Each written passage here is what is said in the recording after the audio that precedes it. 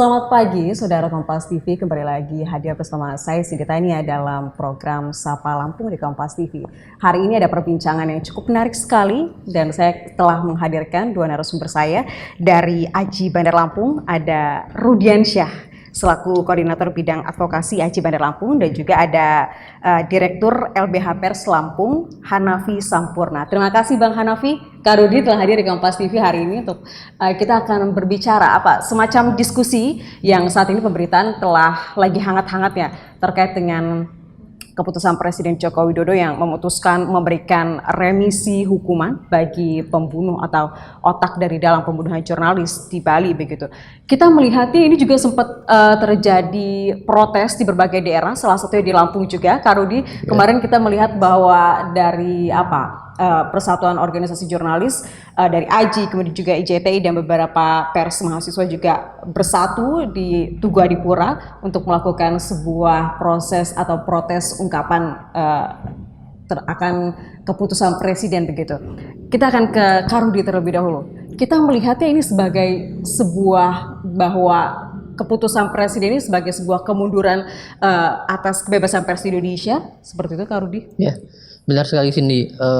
Menurut kami di Aliansi Jurnalis Independen Kota Bandar Lampung, kami menilai keputusan Presiden tersebut justru menjadi langkah mundur atas penegakan kebebasan pers di Indonesia, terutama dalam perlindungan jurnalis, karena di dalam menjalankan kerja-kerja jurnalistik, jurnalis juga sudah dilindungi oleh Undang-Undang Pers yang seharusnya ditegakkan oleh pemerintah seperti itu. Namun faktanya justru ada satu narapidana yang merupakan otak pembunuh jurnalis di Bali, bernama Inyoman Susrama, otak pembunuh jurnalis di Radar Bali Prabangsa, justru mendapatkan keringanan hukuman dari sebelumnya hukuman seumur hidup menjadi hukuman sementara seperti itu. Akhirnya kami dari AJI memprotes agar Presiden segera mencabut atau merevisi putusan pemberian remisi tersebut. Tidak hanya di Bandar Lampung, aksi serupa juga dilaksanakan oleh teman-teman AJI di hampir seluruh di berbagai kota di Indonesia. Kami juga menggandeng teman-teman jurnalis untuk mengadakan aksi solidaritas pencabutan keputusan tersebut. Baik, kalau kata Kak Rudi tadi mengatakan bahwa beberapa profesi wartawan salah satunya AJI dan juga IJTI di seluruh Indonesia ini serempak untuk menyuarakan protes mereka, ungkapan kekecewaan mereka terhadap keputusan Presiden terkait dengan pemberian keringanan hukuman bagi otak pembunuh Susrama begitu ya dari AJI di seluruh Indonesia. Kita melihatnya sebagai LBH, sebagai lembaga pers yang tentu bersama jurnalis hari ini, Bang Hanafi melihat kondisi kebijakan yang diberikan atau diputuskan oleh Presiden Joko Widodo adalah salah satu bentuk membuka pers di Indonesia? Ya, jadi kami melihat dalam remisi terhadap Susrama, otak pembunuhan wartawan di Radar Bali, ya kan, itu adalah presiden buruk, ya kan, yang dimana negara harusnya hadir dalam memajukan perlindungan hukum terhadap jurnalis atau wartawan dalam melaksanakan tugas-tugas jurnalistiknya.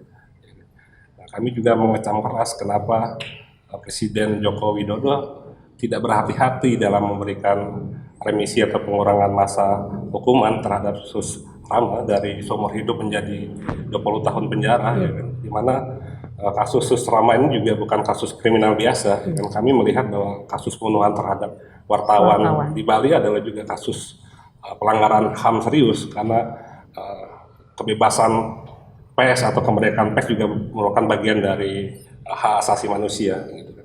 Seharusnya Presiden Joko Widodo berhati-hati dalam memberikan remisi terhadap otak pembunuhan terhadap wartawan. Ya.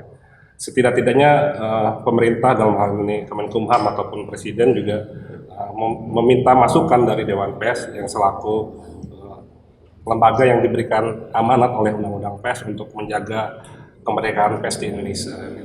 Bahwa remisi terhadap otak pembunuhan terhadap jurnalis ini juga adalah ancaman terhadap kemerdekaan pers.